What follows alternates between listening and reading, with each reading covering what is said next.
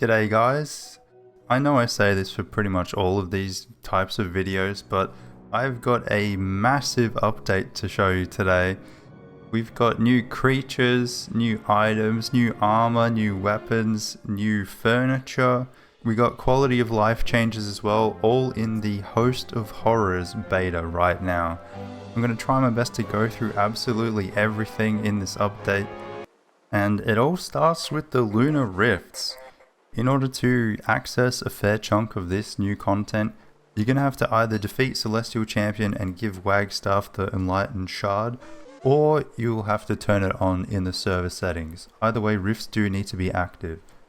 And I figured we'd start with the big guns. There are 3 new quote-unquote bosses in this update. I say quote because they're not technically new creatures, but they are different boss fights with different animations and different mechanics and such. So we'll start with the weakest of the 3, and in order to summon this boss you need to kill a Varg. And when you kill the Varg, you notice that its corpse doesn't immediately disappear. Instead, it gets infected by one of these gestalts.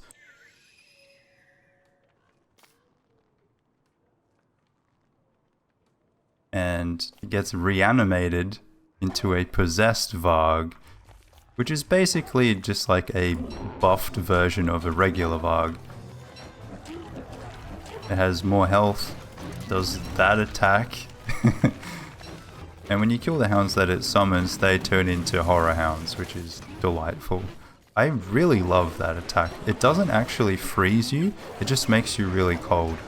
Thankfully this one does actually die. And when you manage to kill him, Wagstaff will spawn and start conducting a few experiments. He praises you for your efforts and says that you'll need to kill 2 more of these in order for him to actually gain anything out of it. And remember, I did say that was the weakest one. The next boss in the list is none other than Deerclops. And like the Varg, instead of their body fading away, it gets reanimated to turn into the abomination that you see before you, Crystal Deerclops. This version of Deerclops also has more health. You can see the attacks they're doing are pretty gnarly. You have to stay on the move to be able to dodge these attacks. We'll get out of God mode for a second. It just insta kills you. Deerclops' new attacks might look like clauses, but they don't actually freeze you, they just make you very cold and deal damage if you manage to get hit by the actual projectile. Thankfully, this Deerclops does have a weakness though. He seems to be vulnerable to fire attacks. So if you hit them with a fire staff or fire darts in quick succession, you can kind of stun them a bit. You see he gets stunned and then you get some free hits, which is nice. But it's a small saving grace for what is a pretty tough fight. Like with the Varg, when you kill this Deerclops, Wagstaff will spawn again, thank you for your troubles, and then send you off to fight the 3rd boss. And this time we're going to be fighting Berger. Again, same kind of deal. They get reanimated by the gestalts and become armored Berger.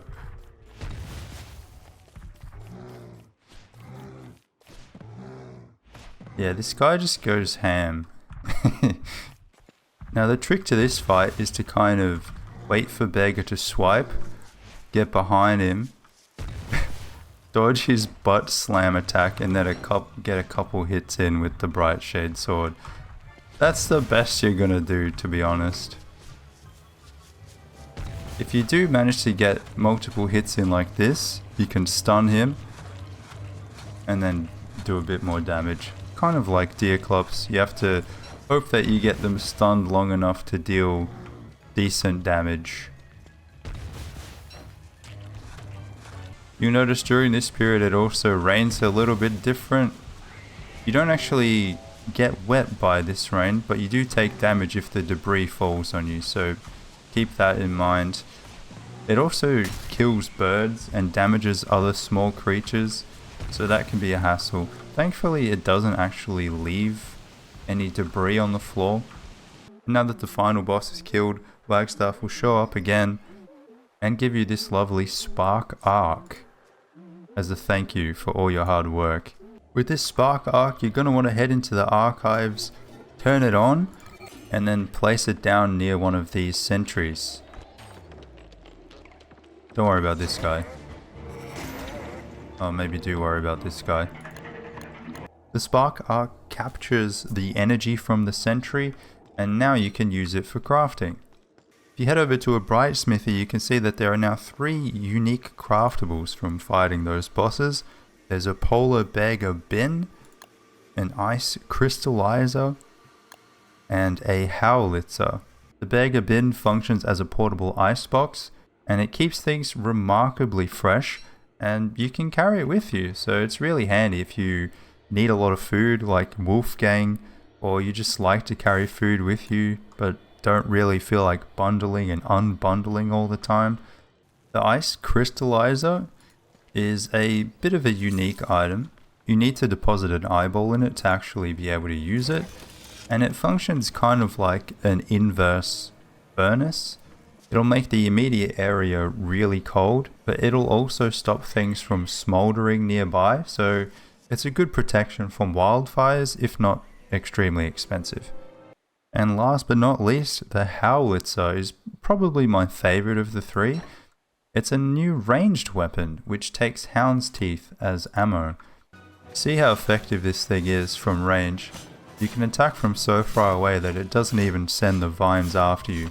Not to mention that, because it only uses hound's teeth as ammo, which everyone seems to have a lot of them, it's not really going to break the bank. They might become a bit harder to get after a while, but I don't know about you guys, but I normally have a lot of these lying around. Another side effect of activating the rifts now is that you'll see this grainy projection of Wagstaff showing up every few days. I think it's every 4 or 5 days they'll show up and head off in a particular direction. And if you follow the transmission all the way to the end, you'll find an abandoned work site. You'll get scrap for each of these that you hammer down, and you also have the chance of getting blueprints for the new set of armor, as well as some research notes.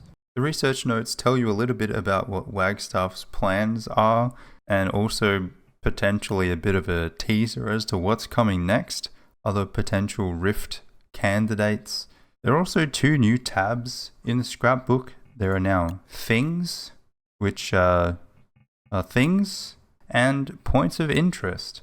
I assume they're just going to keep adding more and more tabs to this, but it's a pretty good list at the moment. It also has the new bosses in here, so you can have a little bit more of a detailed look at their stats. You've got Armored Berger, Crystal Deerclops, and the Varg is in a different section because for some reason he's not counted as a boss. But the armor is what we're really after here. This gives us the ability to craft Warbus headgear and Warbus armor. And you can see from the crafting recipes that they are quite expensive. You need 8 scrap for each of these, meaning you'll need to find Wagstaff's abandoned campsites at least 6 times to be able to craft both of them. Thankfully, you won't need to craft any more of these because they function like the Bright Shade or Void items, where you can just create an auto matocanic to repair them once they get down to 0%.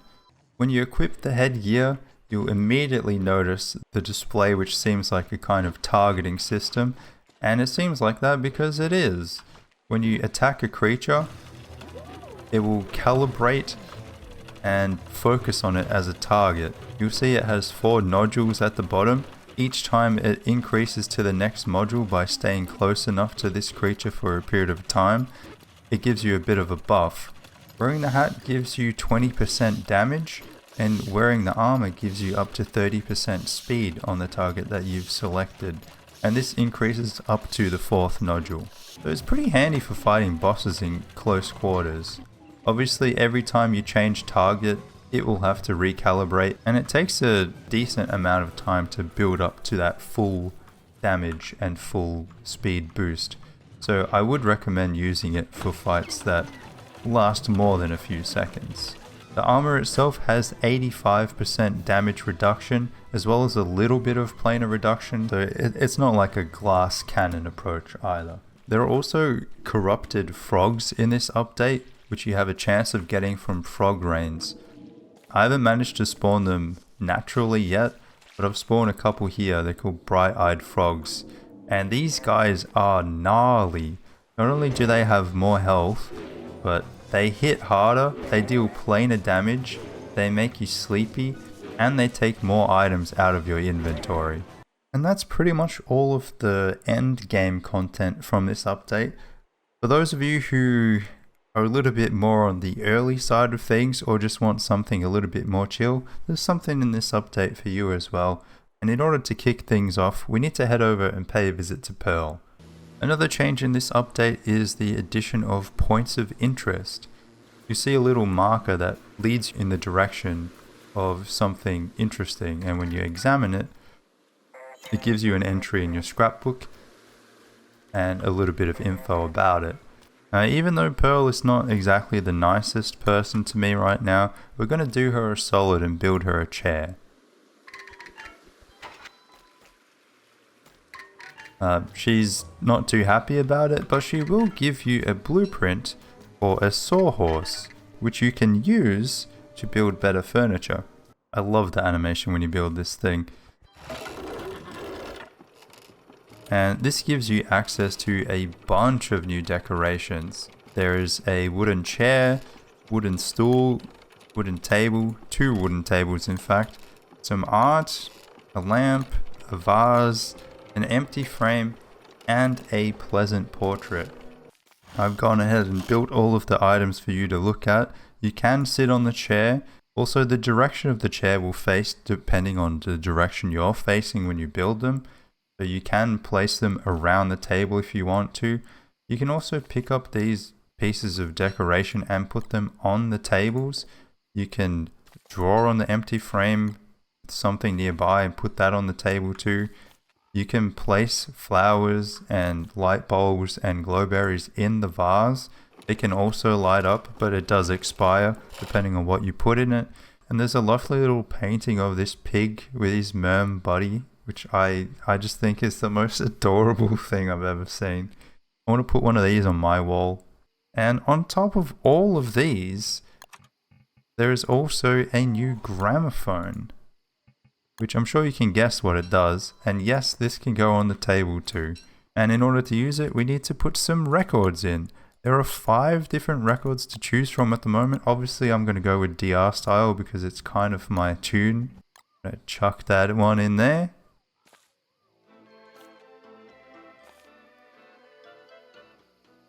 And there you have it. And that's pretty much it for this update. It is still in a beta, so as always, things are subject to change. What you see in the finished release might not be what it looks like in this video, but I imagine it'll be pretty close to it. I'd love to hear your thoughts about it as well. I think the bosses are so cool, and while the items are a little bit expensive, like it's a lot of work to not only kill Celestial Champion, but then kill 3 creatures to get 1 of the unique items. But damn, it's some pretty cool stuff regardless. Thank you very much for watching the video. I'll see you next time. Take care.